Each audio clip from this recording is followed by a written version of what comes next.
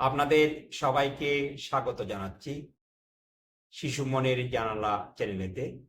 আজকে আমরা এমন একটি গুরুত্বপূর্ণ বিষয় নিয়ে আলোচনা করব, যা নিয়ে প্রত্যেক অভিভাবকরা চিন্তিত।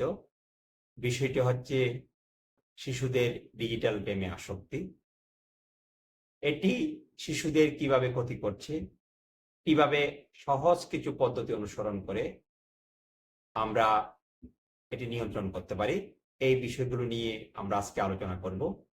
চলুন শুরু করি। আসক্তি কিভাবে বোঝা যায়? প্রথমেই বুঝতে হবে আপনার সন্তান কি ডিজিটাল গেমে আসক্ত কিনা। আসক্তির লক্ষণগুলো কি কি হতে পারে? শিশুটি ঘন্টার পর ঘন্টা মোবাইল ফোনে বা কম্পিউটারে গেম খেলছে। খাওয়া দাওয়া, পড়াশোনা, এমনকি ঘুমের সময়ও সে গেম নিয়ে চিন্তা করছে। ছোট ছোট বিষয়ে মেজাজ খারাপ করছে বা রাগ করছে। বন্ধুদের সাথে বা পরিবারের সাথে সময় কাটাতে চাচ্ছে না। এই লক্ষণগুলো থাকলে সচেতন হবার সময় এসেছে, অর্থাৎ বুঝতে হবে আপনার সন্তান ডিজিটাল গেমে আসক্ত হয়ে পড়েছে।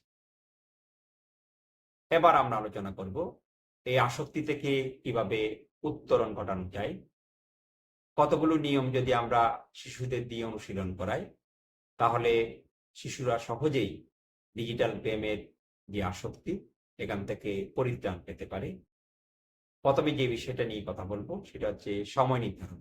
প্রতিদিন কতক্ষণ গেম খেলবে, এটা নিয়ে যদি আমরা একটা নির্দিষ্ট সময় নির্ধারণ করে দিই, উদাহরণস্বরূপ সেটা 30 মিনিট থেকে 1 ঘন্টা হতে পারে, এবং আস্তে আস্তে এটা কমিয়ে দিতে হবে। বিকল্প আনন্দের ব্যবস্থা করা।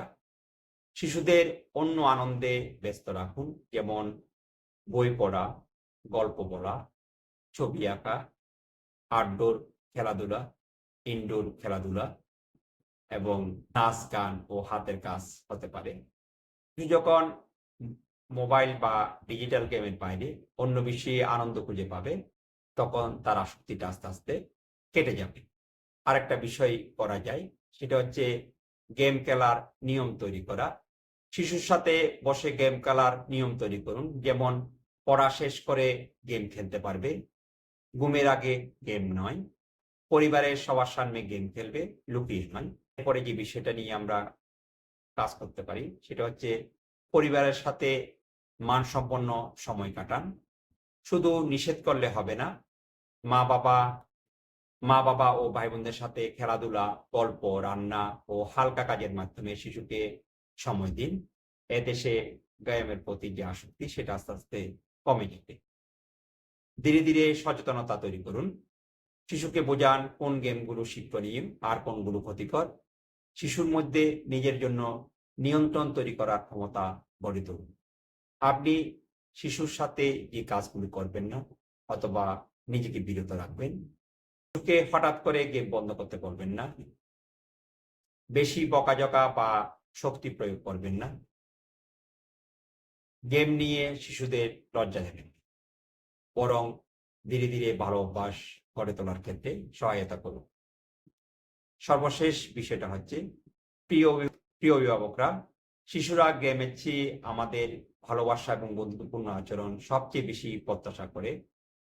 তাই আমাদের উচিত শিশুদেরকে সহযোগিতা করা, তাদের সুন্দর সুস্থভাবে গড়ে ওঠার ক্ষেত্রে তাদের পাশে থাকা। ভিডিওটি যদি ভালো লাগে লাইক দিন, শেয়ার করুন এবং শিশু মনের জানালা চ্যানেলটি সাবস্ক্রাইব করুন। ধন্যবাদ। দেখা হবে পরের ভিডিওতে।